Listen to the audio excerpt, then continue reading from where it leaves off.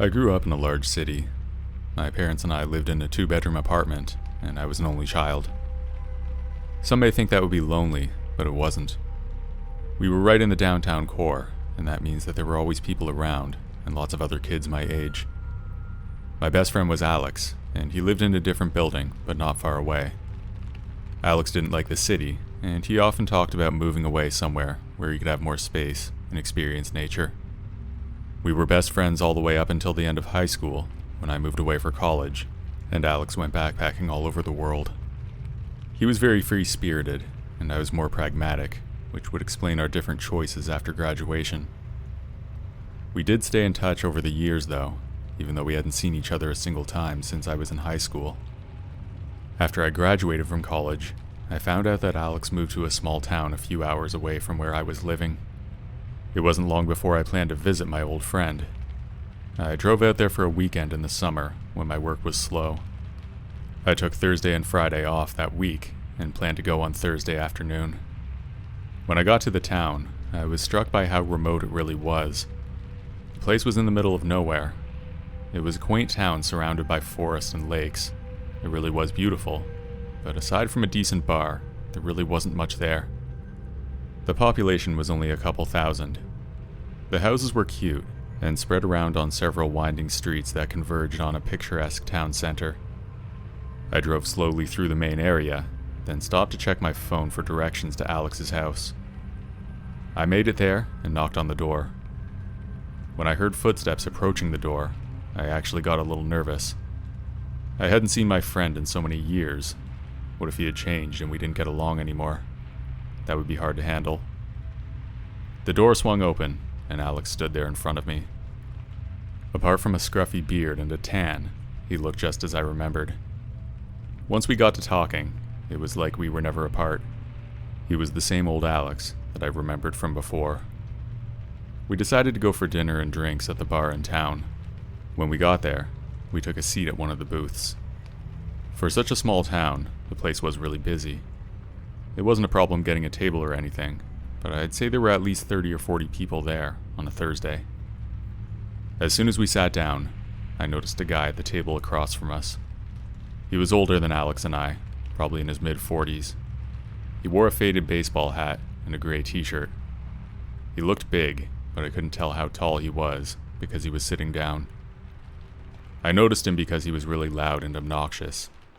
I commented on it to Alex, and he told me that the guy's name was Ron, and that he had a really bad reputation in town.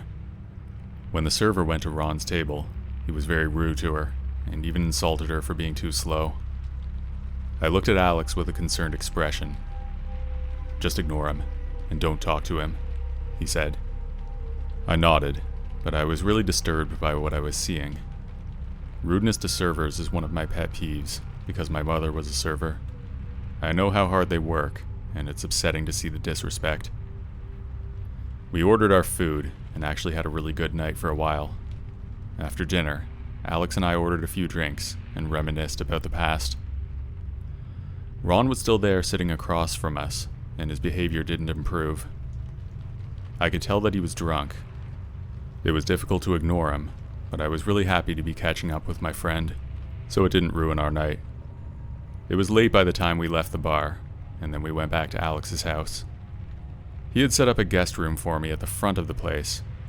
There was a window that faced the street, and he'd hung up a bedsheet over the window so I'd have some privacy, because otherwise you could see right in from the sidewalk. The glow of the streetlights formed an outline around the window, held back by the makeshift curtain. I lay awake for longer than usual, just looking at the ceiling. Suddenly, a faint scream ran out from the distance. It came from the direction of the bar. The noise was quite dampened by the glass of the window, so I couldn't tell what, if anything, the person was saying. It continued for several seconds, maybe a minute, and then it stopped. I lay there for a while, but then my curiosity was too much to ignore. I rolled out of bed and quietly put on my shoes, then snuck out the front door. As soon as I turned the corner, I could see a group of 4 men standing near the alley beside the bar. There was a streetlight nearby, so it was all out in the open. I hid behind a tree and continued to watch. That was when I realized who had screamed. One of the men stepped aside, and when he did, I saw Ron's seemingly lifeless body laying on the ground. He was badly beaten and wasn't moving. I retreated back behind the tree, not wanting to be seen by those guys. After a few deep breaths, I took one more cautious look. Two of the men carried Ron's limp body to a car, which was stopped on the street nearby, and put him into the trunk. That was when I made a run for it. I burst into the house and woke Alex. I told him what I'd seen, then we dialed 911 and told the police what happened. To my surprise, they didn't seem to take it seriously. The cop told me not to worry and that they would look into it. They didn't send an officer over to take a statement or anything. I had just witnessed a brutal beating and possibly a murder, and they weren't even going to do anything. In the morning, we went to the police station, and I told my story again. They then assured me that the case was being investigated, but the details were confidential at the moment. This also struck me as odd, because I was a witness in the case. There wasn't much we could do at that point, and I was way too creeped out to stay there for the weekend. I cut the trip short and drove home that afternoon. There were too many red flags there. Ron was an easy person to dislike based on what I had seen, but he didn't deserve what happened to him. I only hope the police were telling the truth when they said they were looking into what happened that night.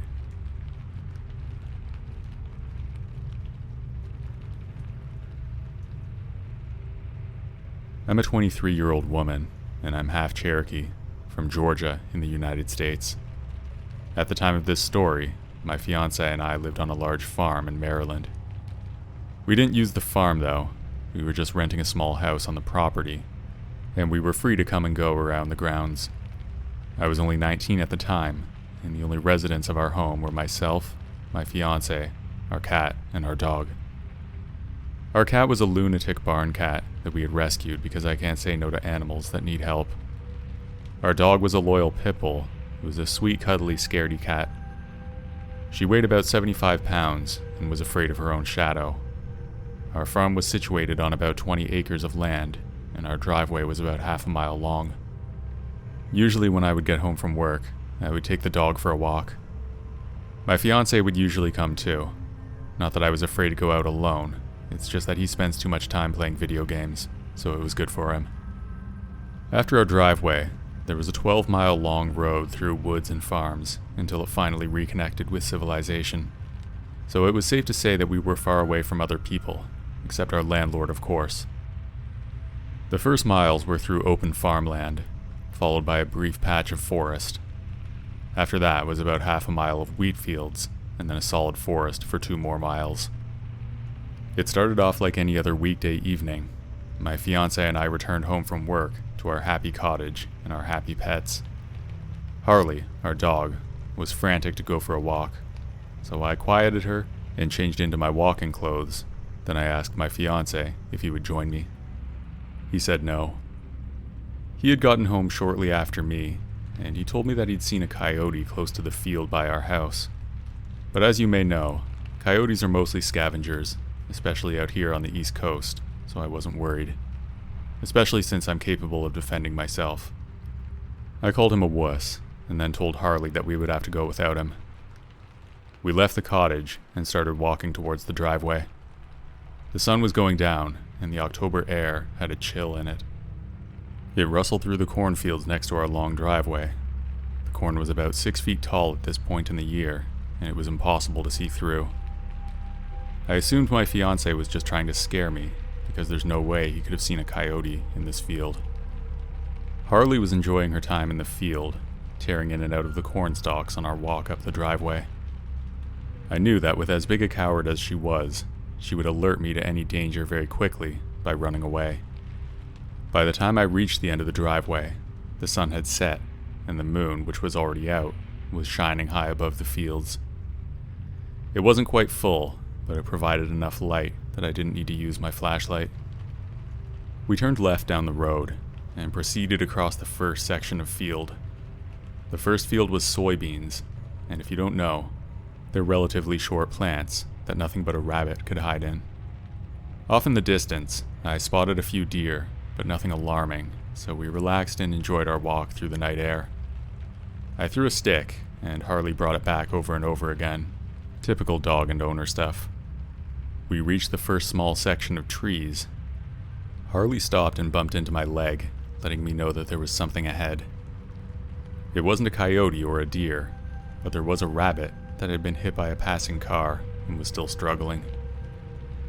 As much as I hate to say this, there was no way that it was going to live, and honestly, it's probably what drew the coyote pack in. I knelt down by it, and using my knife, I quickly put it out of its misery, as my family had taught me. Then I let it pass into the next life.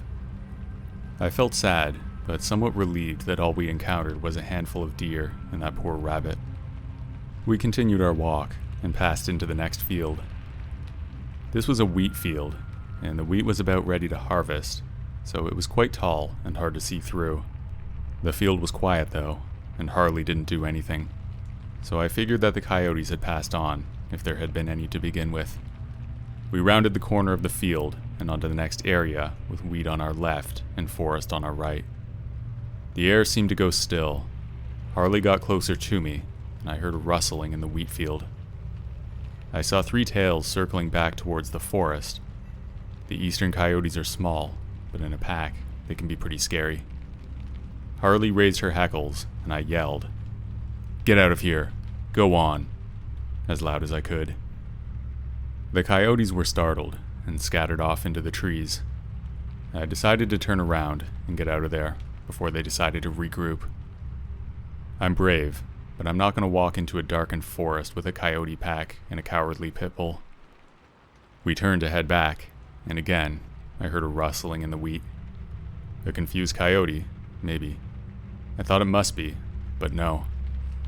Harley was standing still, staring at the wheat, and I whistled for her to come to me. That high-pitched, ear-piercing, 2-fingered whistle. That snapped her out of it for a second, and then my whistle was returned from inside the wheat. All of a sudden, all of the family legends I'd heard came flooding back to me, and I expected to see a tall, thin creature emerge, but nothing did. I didn't smell rotting meat or feel a sense of dread. Instead, I was transfixed with fear and curiosity. I whistled again. The whistle was returned again, very human sounding, but at the same time, not. Against my better judgment, I said hello.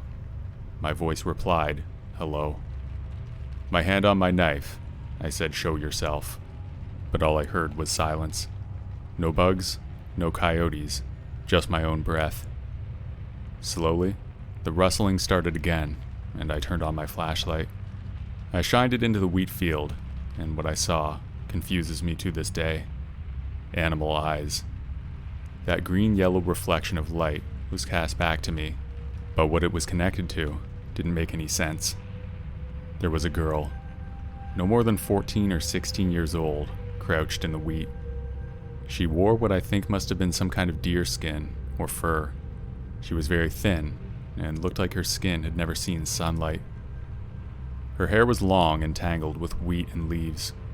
Under any other circumstances, I would have said she was beautiful, but at the moment, she was terrifying. We stared at each other for what must have been a solid minute or so, but it felt like much longer. Suddenly, I heard the unmistakable coyote howl from the forest. Both of our heads snapped towards the noise, and immediately, I heard her take off into the wheat towards the sound. At that same moment, Harley took off towards our house, and I went after her. We didn't stop running until we got to the driveway, and I stopped, because I didn't want my fiancé to know that I was running away from something. I could still hear the howling in the distance, and we started walking at a brisk pace. We made it back to the cottage with no further problems, and I never told my fiancé about it, because I didn't want him to go off with the gun. The girl didn't hurt me, so I didn't think it was right to do anything. I was awoken in the middle of the night by the sound of coyotes outside our cottage. This wasn't unusual, but now I wonder if she was with them.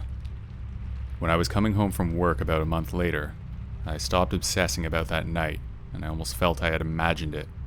But then I had to slam on my brakes to avoid hitting something in the road. It was dark, and when my headlights hit its eyes, they reflected green and yellow. It was like a large coyote. It just stared at my car for a moment, and then ran off into the woods. I know this sounds crazy, but I still wonder if that was her.